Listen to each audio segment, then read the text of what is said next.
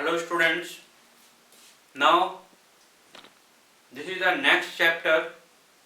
This is application of यानी कि height and distance. This is application of trigonometry. आप लोगों का फर्स्ट टर्म में आपको ट्रिग्नोमेट्री का लगभग एक पोर्शन हुआ था. दूसरा जो एप्लीकेशंस है इसके एप्लीकेशंस आपका नहीं हुआ था, इस बार है आपका. तो एप्लीकेशन ऑफ ट्रिग्नोमेट्री में क्या क्या आता है इसमें बेसिकली कि आपको मान लें कि जो ट्रिग्नोमेट्री का जो बेसिक यूज है जो अभी हम लोग देख रहे हैं, जो हम लोग के लिए कि मान लीजिए कोई अननोन थिंग्स है जिसकी हाइट में मेजर नहीं कर सकता नॉर्मली, या तो मुझे उस पर किसी भी ढंग से उसके ऊपर चढ़ना पड़ेगा फिर वो नापना पड़ेगा. This is quite impossible. जैसे एवरेस्ट का मान लिया हाइट नापना है, how can you measure it? It is quite impossible. जैसे आपको मान लिया कि आप कहें बुर्ज खलीफा, मान लीजिए दुबई घूम रहे हैं या कहीं और घूम रहे हैं जो बड़ी टॉलेस्ट टावर है, तो वहां पे जाने के बाद आप उसका कि कितना हाइट है, हाउ, तो वो मेजर करने का तरीका जो है आपको ट्रिग्नोमेट्री से बहुत सिंपल हो जाता है. ठीक है, जैसे दिल्ली जैसे जगह पे आपका कुतुब मीनार है और भी बहुत सारे ऐसे बड़ी बिल्डिंगें हैं जिनकी कि आप हाइट नाप सकते हो, या आप उससे कितनी दूरी पे है, यदि वो इतनी हाइट है तो आप कहाँ पे खड़े हो सकते हो. ठीक है, तो ये बहुत सारी चीजें हैं जो ट्रिग्नोमेट्री में आपका यूज होता है.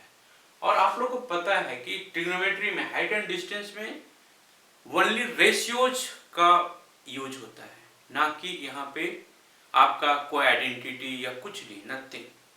इसमें सिर्फ ट्रिग्नोमेट्रिकल जो तीन रेशियो है mainly, I am not asking कि रेशियो सारे और तीन रेशियो का नहीं होता है, लेकिन जो सबसे ज्यादा यूज होता है वो साइन, कॉस और टेन, इन तीन का सबसे ज्यादा यूज है. प्लस इसके साथ साथ आपका 30 डिग्री, sine 30, sine 60, sine 45, cos 30, cos 45, cos 60, tan 45, tan 30, tan 30, tan 45, tan 60. ये तीन का सबसे ज्यादा यूज हो रहा है. तो सबसे पहला चीज मैं बताऊंगा आप लोगों को कि हो सकता है कि आपके दिमाग से वो रेशियो वाला चीज निकल गया होगा, मैं उसको फिर से वापस लाना चाह रहा हूँ before the starting height and distance problem solving. ठीक है, आपको पता है कि ट्रिग्नोमेट्री हमेशा सिर्फ राइट एंगल ट्रायंगल पे बात करता है. यदि आपको राइट एंगल ट्रायंगल नहीं है तो ये चीजें आपके लिए आपको नहीं काम कर पाएगा.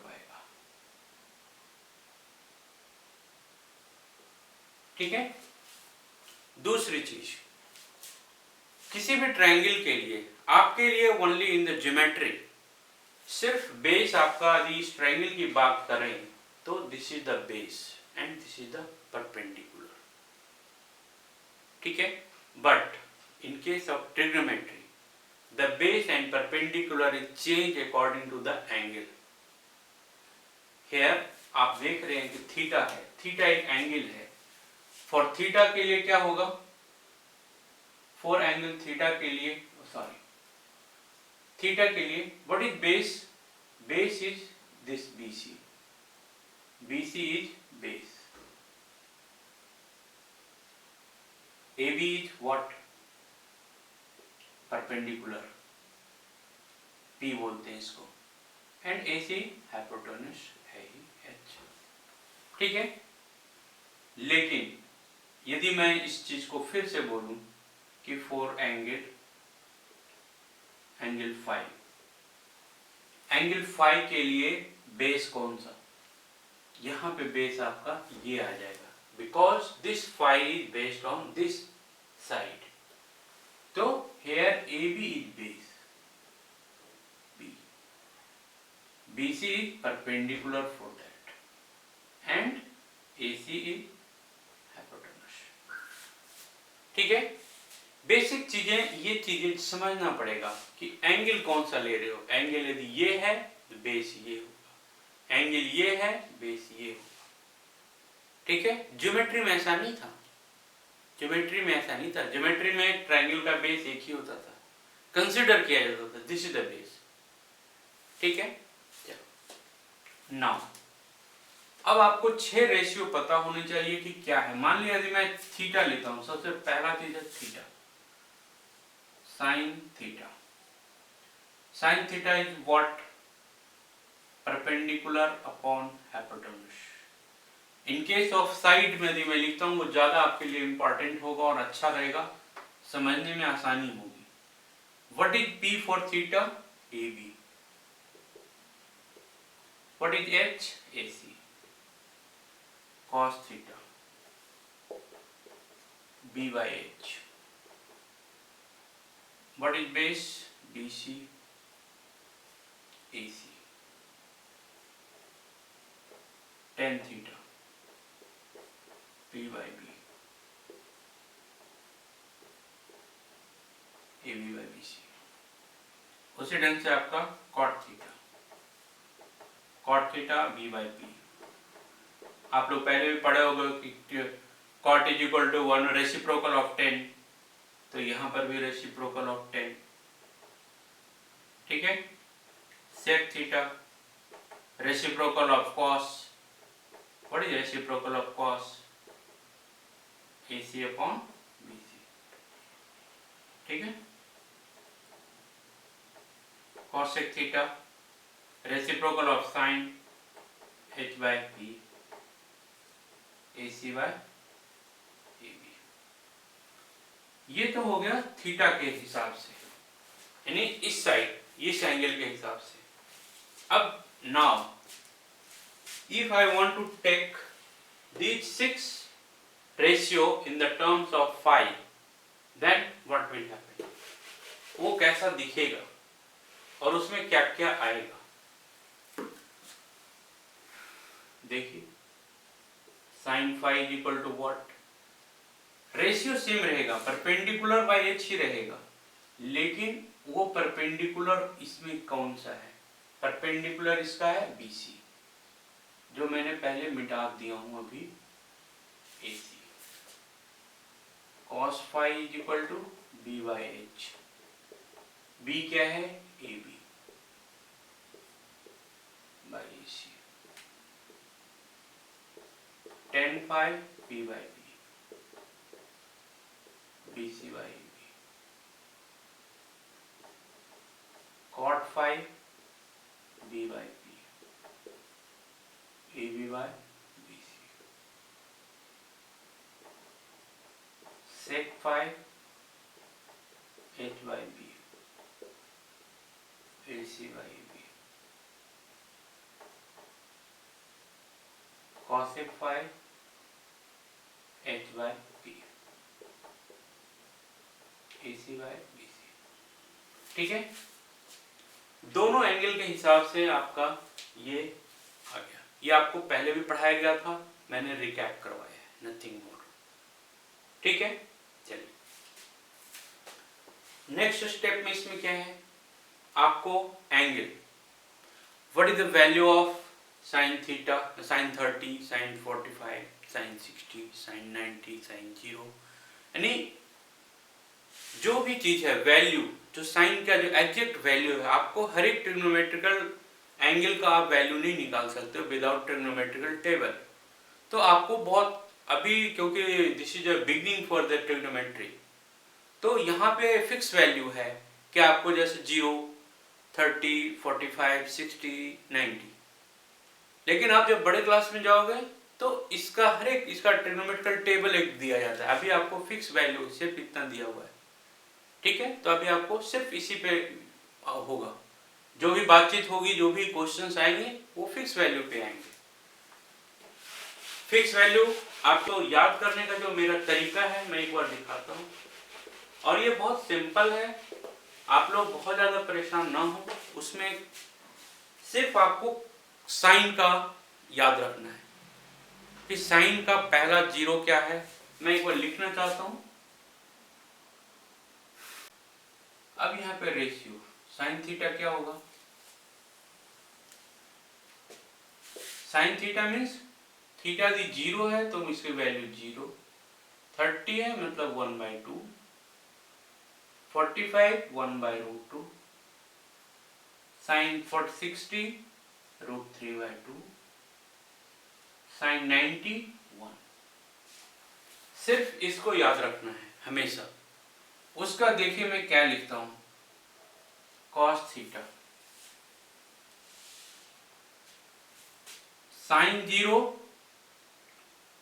यानी कि यहां से रिवर्स हो जाइए, साइन 90 का cos 0 1, फिर आइए this will becomes here cos 30, ये साइन cos 45 सेम रहेगा, cos 60 is equal to sine 30 1/2 and 0।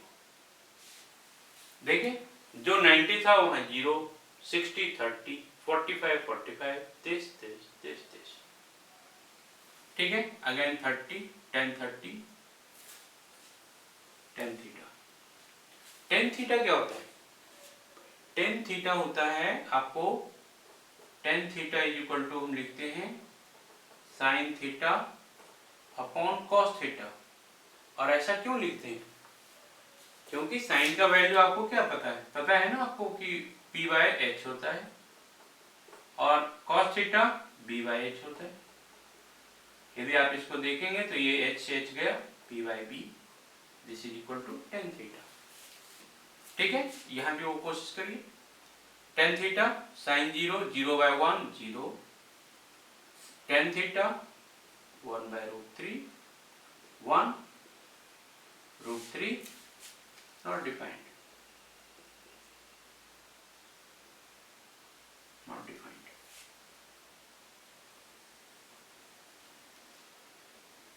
ठीक है। यहाँ पे cot theta means reciprocal of tan, not defined, here √3 1 1/√3, this is 0, sec theta is reciprocal of cos theta, 1 2/√3 √2 2/1 not defined,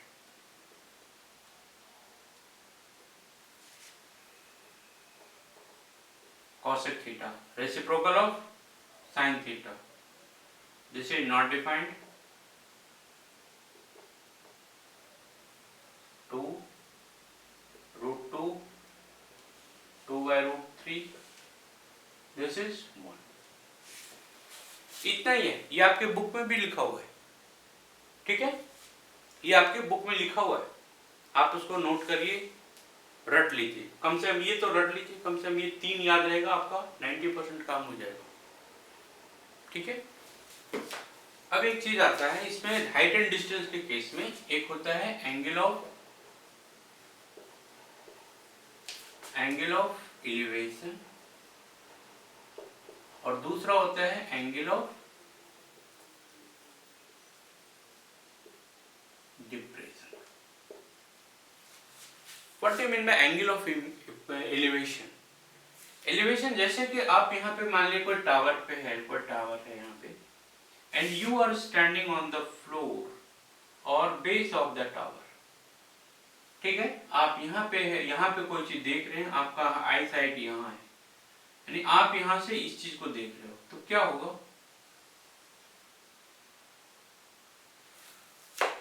line of site क्या होगा? This side, नीचे से ऊपर, यानी upward direction. Then what is your angle of elevation? This is the angle of elevation. यही चीज मान ले मैं और आगे बढ़ के देखता हूं, तो ये अगेन दिस हेयर पाई, और आगे जाओगे यानी कि when you move towards the base of this tower, angle becomes higher. It means phi is greater than theta. ठीक है, यदि यहाँ पे 30 डिग्री है, it may be it becomes here 60 degree और 45 डिग्री, और आगे जाएंगे और बढ़ जाएगा, ये 90 तक चला जाएगा, यदि यहाँ पे आ जाएगा तो 90, ठीक है। This is angle of elevation when you see something towards up side, यानी कि आप ऊपर नीचे खड़े हैं, कोई ऊपर की चीज को देख रहे हो, your eye movement is upward. Now angle of depression, what do you mean by angle of depression?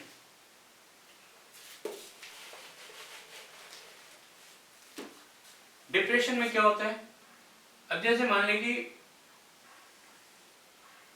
ये लाइट हाउस है या कोई ऐसा पोल है, ठीक है, एक टावर है जिसपे कि कोई बैठा है यहाँ पे वॉच कर रहा है,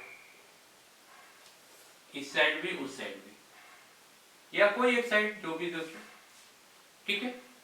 यहां से यदि किसी बंदे ने देखना शुरू किया तो उसका जो बेस होगा, बेस ऑफ आई क्या होगा, तो इस साइड होगा, this is parallel to this, ठीक है। यहां से देख रहा है मतलब इसकी एंगल क्या होगी, ये देखिए एंगल ऑफ डिप्रेशन बेसिकली ये होता है, दिस इज थीटा, ठीक है। और मान लीजिए ये यहाँ पे देख रहा है, हो सकता है कुछ पॉइंट यहाँ पे देखे, ये डाउनवर्ड, आपकी आंखें जब नीचे की ओर देख रही हो किसी चीज को तो that becomes angle of depression, ठीक है। अब यहां पे देखिए कि ये एंगल और ये एंगल दोनों में क्या डिफरेंस है, ये मान लीजिए फाई है, फाई बड़ा है, जैसे ही आपने आपकी आंख की साइड यहां पे छोटी हुई मतलब आपकी एंगल ऑफ डिप्रेशन बड़ा, एंगल ऑफ डिप्रेशन छोटा। और यदि ये दोनों लाइन पैरेलल हैं, ये और ये पैरेलल है, और ये ट्रांसवर्सल लाइन यदि कह सकते हैं तो according to geometry this is also equal to theta and this is also equal to phi, ठीक है। ये चीजें जरूरी है जानना। बेसिकली एंगल ऑफ डिप्रेशन यहां बन रहा है, लेकिन according to geometry when two parallel lines are intersect by a transversal line then the interior opposite angles are equal so that it comes under in a triangle, ठीक है। this is angle of depression, ये basic चीज है, ये जानना पड़ेगा। Height and distance में सबसे ज्यादा use angle of elevation and angle of depression का रहेगा, ठीक है। Now taking a question, tower है, ठीक है, टावर को एक जगह से देखा जा रहा है जो 15 मीटर की दूरी पे है, इसी 15 मीटर की दूरी पे है, ठीक है। यहां से जो एंगल ऑफ एलिवेशन बन रहा है दैट इज 60 डिग्री, ठीक है। Find the height of tower, ये हाइट, यदि मैं इसको नेमिंग करूं दिस इज सी, आपको गिवन क्या दिया हुआ है, distance, this is at foot of the tower, this is a point of the visualizing the tower, तो BC आपको दिया हुआ है, BC is equal to 15 metre, angle दिया हुआ है, angle ACB is equal to 60 degree, ठीक है। Where, अब यहां देखें this angle is given, तो for this angle BC is the base and AB is the perpendicular and we want to get the value of AB, any height of the tower. So, which ratio, which trigonometrical ratio have both perpendicular and base? This is tan 60. tan 60 क्या होगा, tan theta जो होगा, tan theta क्या होता है, P by P. Here AB upon BC. तो tan 60 what is the value of tan 60, √3, AB नहीं पता, BC 15, what is the value of tower, AB 15 √3, this is your answer. Any height of the tower, height of the tower is equal to 15 √3.